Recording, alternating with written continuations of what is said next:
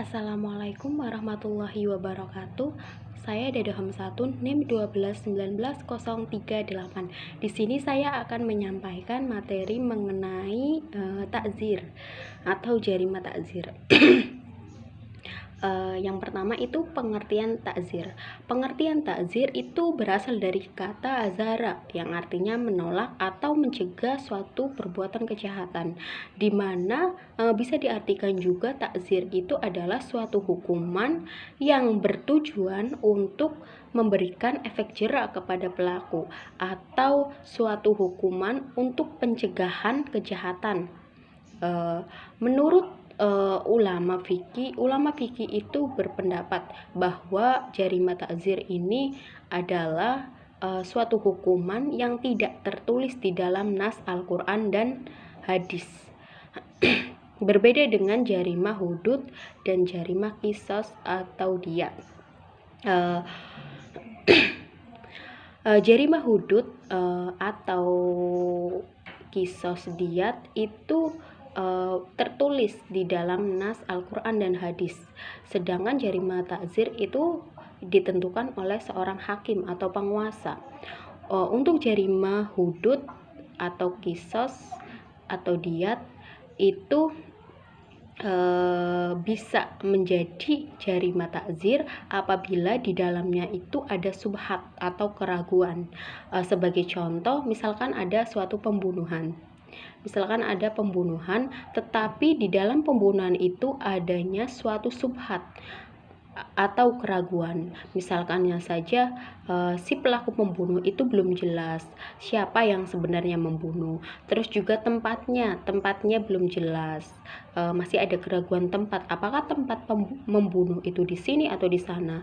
Terus waktunya. Maka pada kasus seperti ini tidak bisa dihukumi hukum qisas, melainkan hukumannya adalah hukuman takzir karena belum jelas, ada ketidakjelasan di dalam suatu pembunuhan itu. Kemudian jarima hudud atau qisas itu bisa menjadi dihukumi takzir karena tidak memenuhi syarat. Sebagai contoh itu percobaan pencurian, di mana pada jarima hudud itu adanya pencurian, bukan percobaan pencurian. Jadi pada kasus percobaan pencurian itu tidak bisa dihukumi hukum potong tangan, melainkan hanya diberi hukuman takzir. Kemudian macam-macam jarima takzir itu ada 3. Yang pertama jarima hudud dan qisas diyat yang mengandung unsur subhat atau juga tidak memenuhi syarat. Seperti yang tadi saya sudah jelaskan bahwa jarima hudud atau qisas diyat itu bisa menjadi jarima takzir apabila di dalamnya itu masih ada subhat atau keraguan di dalamnya, seperti ragu tentang pelaku, ragu tentang tempat pembunuhan dan juga tempatnya. Maka pada kasus seperti itu maka tidak bisa dihukumi qisas, melainkan diberi hukuman takzir.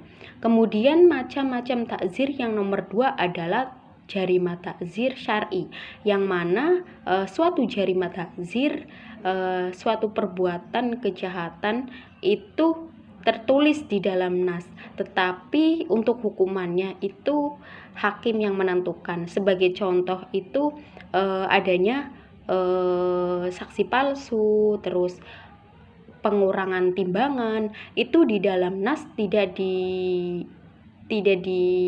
terangkan hukumannya, melainkan di dalam nas hanya memberikan larangan terhadap adanya saksi palsu terus pengurangan timbangan, tetapi di dalam nas tidak memberikan hukuman mengenai hal ini, tetapi hukumannya itu diberikan oleh hakim. Kemudian macam-macam jarima takzir yang nomor 3 adalah jarima takzir ulil amri, di mana suatu jarima atau perbuatan yang tidak dilarang, yang tidak tertulis di dalam nas dan hukumannya itu ditentukan oleh seorang hakim atau penguasa. Sebagai contoh itu pelanggaran lalu lintas.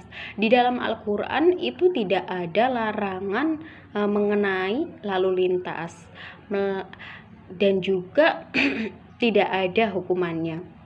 Tetapi hal ini merupakan aturan dari penguasa dan memberikan hukuman bagi para pelaku yang melanggar lalu lintas dengan tujuan untuk memberikan ketertiban, untuk menciptakan ketertiban masyarakat. Kemudian dasar atau kriteria penerapan suatu perbuatan sebagai jarima takzir. Pemerintah atau penguasa itu dalam menentukan suatu perbuatan ini termasuk jarima itu ada kriterianya. Tidak asal ini perbuatan ini tindak kejahatan ini diberi hukuman, tidak, tetapi memiliki prinsip. Prinsip yang pertama adalah sesuai dengan ketentuan syariat. Yang tadi seperti yang sudah saya jelaskan pada jarima takzir syariat, bahwa perbuatan yang ditetapkan sebagai jarima itu merupakan perbuatan yang tercela menurut syariat. Seperti tadi mengurangi timbangan itu tidak boleh di dalam Al-Qur'an, itu tidak boleh. Maka itu bisa dimasuk ke dalam jarima takzir. Kemudian melindungi setiap anggota masyarakat dari kemudorotan. Seperti tadi adanya larangan rambu-rambu lalu lintas, di mana tujuan penguasa membuat aturan ini adalah untuk menciptakan ketertiban masyarakat, ketertiban umum.